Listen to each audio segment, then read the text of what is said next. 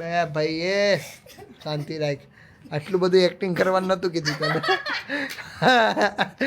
Acting કરતા હતા guys. મેં કીધું હતું તમે કંઈક આવું કરો એટલે તમને બીજા દિવસે તમે જોવાની મજા આવે. બરાબર છે. કંઈ નહોતું ગાઈઝ. April fool.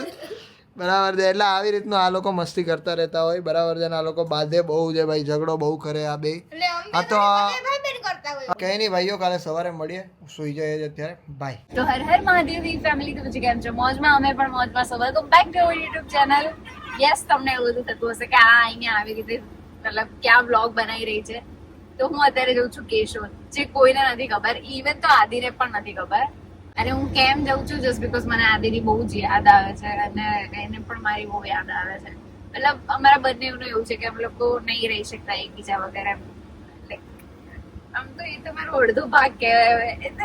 સાચેમાં એવું જ છે. કારણ કે એને બી એવું થઈ જાય કે મતલબ મને એવું છે કે છે ને એ મતલબ કેવી રીતે એક્સપ્લેન કરું, એ મારી જોડે હોય ને તો મને એવું ના થાય કે એની સાથે બેસી રહું, એની સાથે જ રહું ને એવું બધું કઈ નહીં.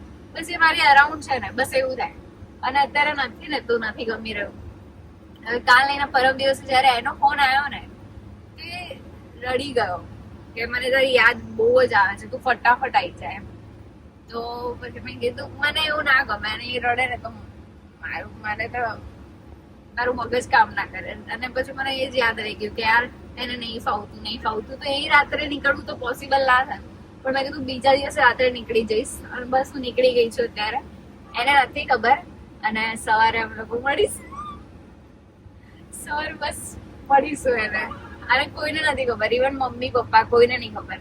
તો બધાના રિએક્શન બી જોઈશું. અને ખબર નહીં મારા આંખમાં કંઈક મને થઈ ગયું છે. તો ક્યારનું મતલબ પાણી નીકળ કરે છે ને આંખ બહુ દુખાય છે. મતલબ સખત દુખાય છે. ખબર નહીં કેમ આવું થઈ રહ્યું છે. પણ હું સરખી રીતે અત્યારે સૂઈ બી નહીં શકતી.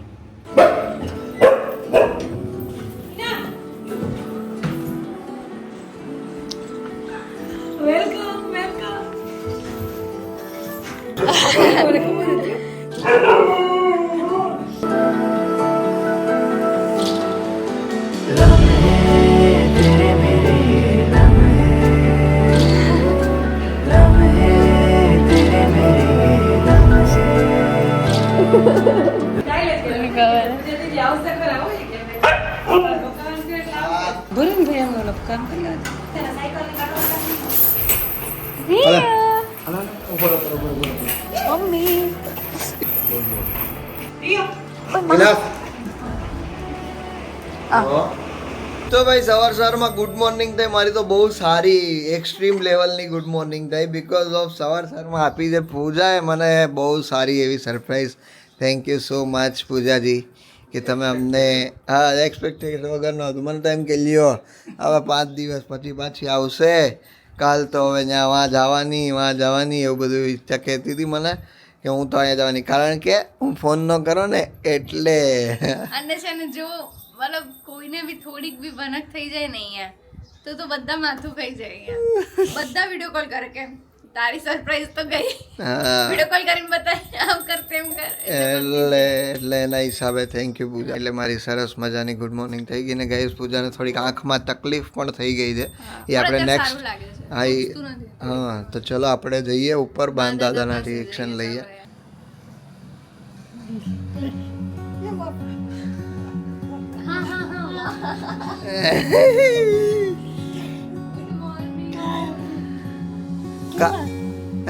જવાનો હતો ને?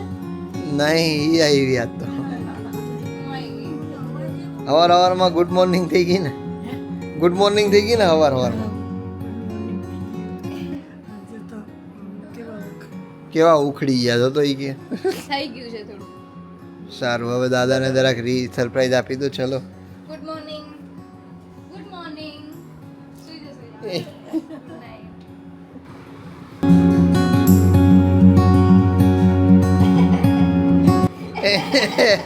કોણ આવ્યું જો તો ખરા? કોણ આવ્યું? કોણ છે? કોણ હોય બીજું? કોણ હોય? હે કોણ છે? કોણ હોય બીજું કોણ હોય? પૂજા છે. હવે પૂજાજી હોય તો હું કોણ આવવાનું આવ્યા? સુઈ જાઓ. પૂજા સિવાય તો કોણ આવવાનું હોય છે પૂજા સિવાય કોણ હોય તો ભાઈ અહીંયા સવારમાં ગાંઠિયાનો પ્રોગ્રામ ચાલી રહ્યો છે બીકોઝ ઓફ પૂજા આવી છે અને પૂજાને અહીંયા આવે એટલે ગાંઠિયા ખાવા ફરજિયાત છે બરાબર છે કારણ કે એને અહીંયાના કાઠિયાવાડી ગાંઠિયા બહુ ભાવે છે અને મસ્ત પાટા ગાંઠિયા છે ત્યારે જલેબી છે અને અહીંયા ચટણી બટણી સંભારો બંબારો ને બધું સવારમાં ઝાપટી રહ્યા છે બધા જો ભેગા બેહીને તો ગાઈસ અત્યારે વરસાદ આવી રહ્યો છે ને ભાઈ જોરદારનો વરસાદ આવે છે પહેલો વરસાદ છે અત્યારે એટલે પહેલો નહીં પણ એટલે હા ભાઈ આ પહેલો વરસાદ તો સારો જ કહેવાય ને આમ એમ આપણા માટે સારો કહેવાય આપણા માટે સારો છે ને ઠંડુ વાતાવરણ આજે થઈ જાય એ કે ફાઇનલ થઈ જાય ભાઈ અને અત્યારે અમારો રિયો જે છે એ વરસાદની મજા લઈ રહ્યો છે ના ભાઈ કાયદેસર નાય જ છે ભાઈ અત્યારે વેરી ગુડ બોય જો ત્યાં જઈને બોલાય તો જો માનશે હો જો માનશે જો માનશે જો બોલે જો ગયો એટલે એવું માને તો છે હવે ધીરે ધીરે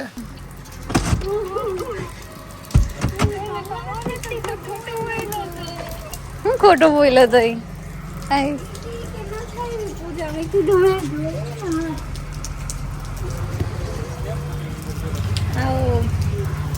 હાલ ને ઘરે આઈ ને અંદર મેં 10 ની ભૂલ સિસ્ટમ મોકલી દીધું ભૂલાઈ ગયું મને એટલે ને ખબર પડી ગઈ બાકી ખબર ન પડે મારા મને પાગલ છે સાવ હાવ બુદ્ધિ વગરનો છે હાવ ડોબો છે ઓ ભાઈ ગાઈસ પૂજા પપ્પા મમ્મી પૂજા પપ્પાને ચોટીને કહે હેપી વેલેન્ટાઇન ડે અલે આવું હતું અને પછી તો મેં યાદ દેવડાવ્યું પછી યાદ કરે મેં કીધું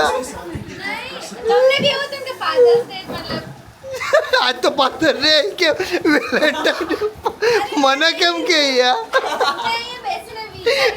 તમારે કહેવાની જરૂર નથી તમારે કહેવાનું આદિત્ય આયા છે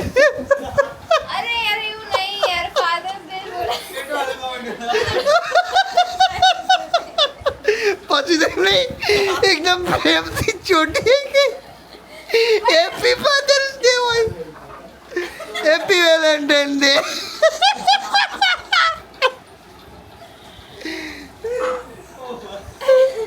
હેપી ફાધર્સ ડે આ હું હતું અરે મને અચાનક યાદ આવ્યું કે આજે ફાધર અરે બાપ રે બાપ વેલેન્ટાઇન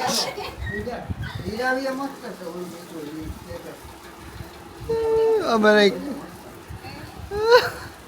અરે બાપ રે બાપ ગરમી ચડાવી દીધી હો જરીક વાર તો ઓ ભાઈ ગજબ ખેલ થઈ ગયો કદાચ કેમેરામાં આવી ગયો ને તો બહુ દાંત કાઢીને ભાઈ બટ્ટા ભરી જતો હા મને ગરમી થઈ ગઈ બ્લડ પ્રેશર વધી ગયું ને દાંત કાઢીને ઓ ભાઈ સાહેબ બોલો એમને પાછી કોન્ફિડન્સ છે હેપી વેલેન્ટાઇન ડે પછી તો ટાઉનથી હજી લાઈટ નથી થતી અરે ભાઈ મને જે એવું જ હતું એ મને કીધું ત્યારે મને ખબર પડે મેં તો વેલેન્ટાઇન